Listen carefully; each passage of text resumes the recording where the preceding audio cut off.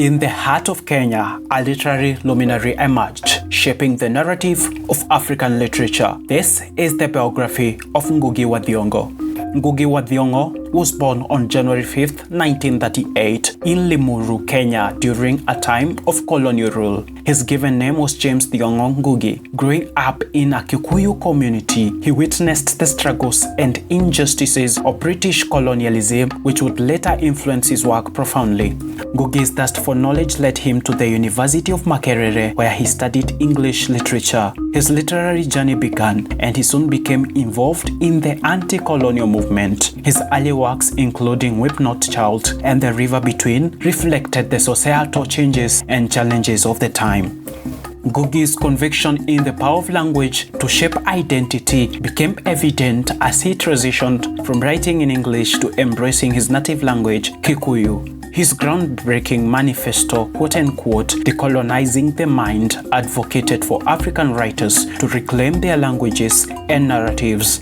Every person, whether in Africa or Europe, has a right to their mother tongue or to the language of their culture. And it does not matter if that language is spoken by only 5 people. Those 5 people have a right to their language and to the intellectual production of ideas in their language. But those languages can then relate to other languages. The political landscape of Kenya in the late 1970s marked a turning point in Ngugi's life. His play, I Will Marry When I Want, co-written with Ngugi wa Thiong'o, angered the ruling regime.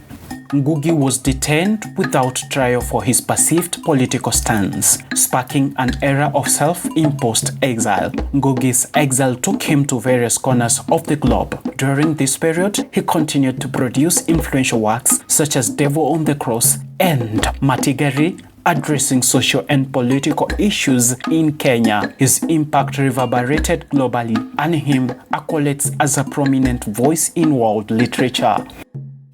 Now to the man of the hour, Professor Ngugi wa Thiong'o. Well, other than ushering forth Mukoma, Professor Ngugi is really is the reason, I have to say, that I became a scholar of African literature. In my undergraduate career, I took a class in African literature. And of course, the first book we read was Things Fall Apart. In the early 2000s, Ngugi returned to Kenya after decades in exile. He continued his literary activism and became an advocate for social justice and education. Ngugi wa Thiong'o, now an elder statesman of literature, remained committed to his vision of a decolonized Africa. Ngugi wa Thiong'o's life is a testament to the power of words and the resilience of one man's commitment to his roots. From colonial Kenya to global recognition, Ngugi's literary journey has left an indelible mark on the world of literature, inspiring generations to come. Ngugi wa Thiong'o's legacy endures a beacon of hope and a reminder that literature can be a powerful force for change.